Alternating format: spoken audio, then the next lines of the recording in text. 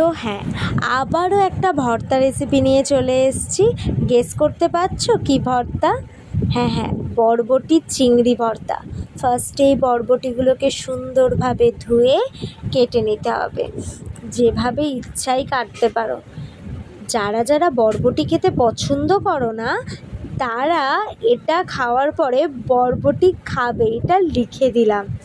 দেখো, সুন্দরভাবে বরবটিগুলোকে কেটে নিচ্ছি। বরবটি কাটা কমপ্লিট আমাদের। এরপর পরিমাণ মতো পেঁয়াজ, আমরা 3টে পেঁয়াজ নিয়েছিলাম, আপনারা আপনাদের পরিমাণ মতো নিতেই পারেন।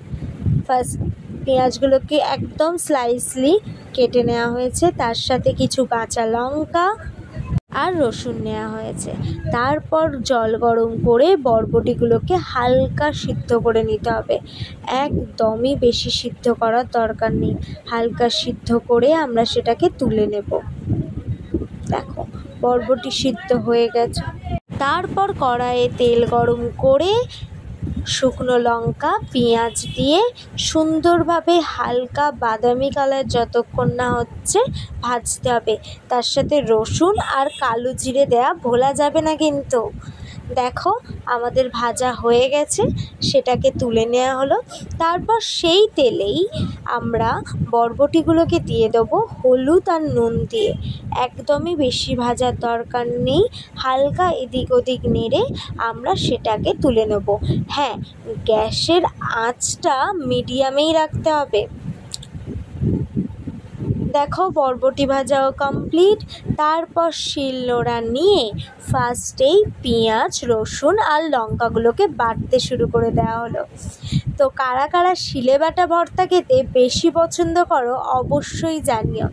দেখো, পেঁয়াজগুলো বাটা হয়ে গেছে। তারপর আমরা চিংড়ি বেটে নিচ্ছি। চিংড়ি বাটাও কমপ্লিট। তারপর একটু ধনেপাতা বেটে নিলাম। আর তারপর মেইন জিনিস, বরবটিগুলোকে সুন্দরভাবে বেটে নেওয়া হচ্ছে। হ্যাঁ, অবশ্যই এটা মিক্সিতেও করতে পারো, তবে আমি প্রেফার করব শিলনোড়া।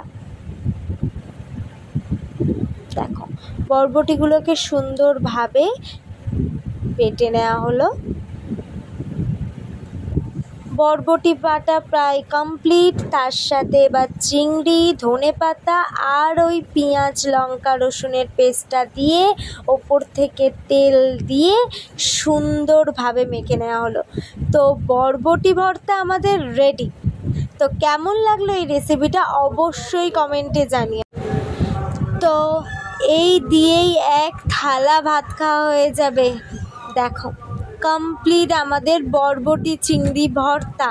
একবার প্লিজ বাড়িতে বানিয়ে দেখো, অবশ্যই ভালো লাগবে।